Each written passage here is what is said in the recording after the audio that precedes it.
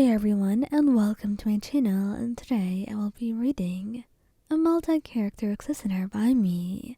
So let's get into it. Furina is not really familiar on what to do if a situation like this arises. She is not really good at taking care of anyone. Not because she doesn't care enough to care, but she simply has not been in a situation where she needed to take care of a human. She had everyone taking care of her and her needs as an Archon. So for the most part, a human throwing up blood, that was not something she ever needed to worry about, despite being a human herself. Although as soon as she saw you like this, she immediately panicked. Oh, just what is happening here? Oh, Mayan, let me just grab something for you. You stay here and, I'll go call a doctor. Give me a moment, she said. She was panicking. She had no idea what to do. But she knew just some couple of doctors that would be able to come for her. And so all it took was a phone call. And suddenly, there was a doctor at her doorstep as she wrapped her arms around you, comforting you the best she can. She only left you to open the door, and the doctor immediately tried to assess what was going on before telling her what you will need. She looked close to tears, looking at him. Is Mayan going to be okay? Please tell me what I can do. The doctor spent some great deal of time trying to calm her down, and you were mostly alright after that. And you just had to get checked up on later that week. But Furina was panicking and taking care of you in all the ways that she could. Mayan, please, eat something healthy. I even stopped just making macaroni. I'm trying to learn some new things. You know, Novelette even once taught me how to make soup, so I'll make that for you.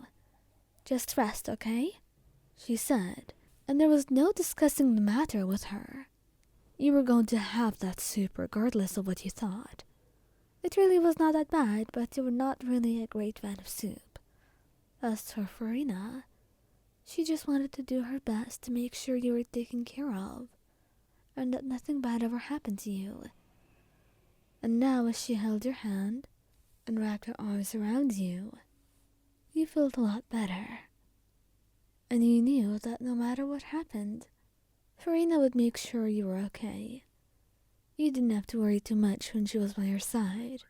She may not be the most reliable when it comes to some things, due to just mere inexperience, but she was always willing to learn and to do her best. And as you cuddled closer, you looked at her as she smiled at you. You know, next time you feel a little bit bad, you can just tell me right away. You don't have to worry me like that. I know. I'll do better in the future, you say, and she smiles. That's all she really needs from you. That reassurance that you'll take better care of yourself. She can do it for you, alright? But she also wants you to value your own health. She can't be there for you all the time, and she wants to have that ease and rest, that you'll be alright regardless.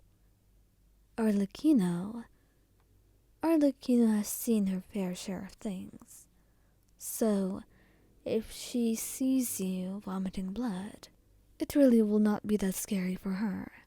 She's quite level-headed, so when she sees you vomiting blood, she will clean it up and look at you, trying to see if there are any other symptoms that may be leading to something rather unsavory. Do you have any other symptoms, Mayan? You can be honest.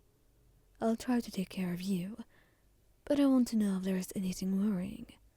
Either way, a doctor will be coming to check up on you soon, so don't worry about it. She mumbled, carrying you in her arms, and all the way over to your bed. You could only just look at her in pure awe. She was so good at this. She could deal with anything. It was truly impressive. So, wait, Arlecchino, it really isn't that bad. I think it's just because I'm coughing. You know, I might have just really scratched my throat. That could be it. She nodded. If there's nothing else, then that would be true. Either way, you will get checked up on. For now, I want you to try and ease on your throat a little bit.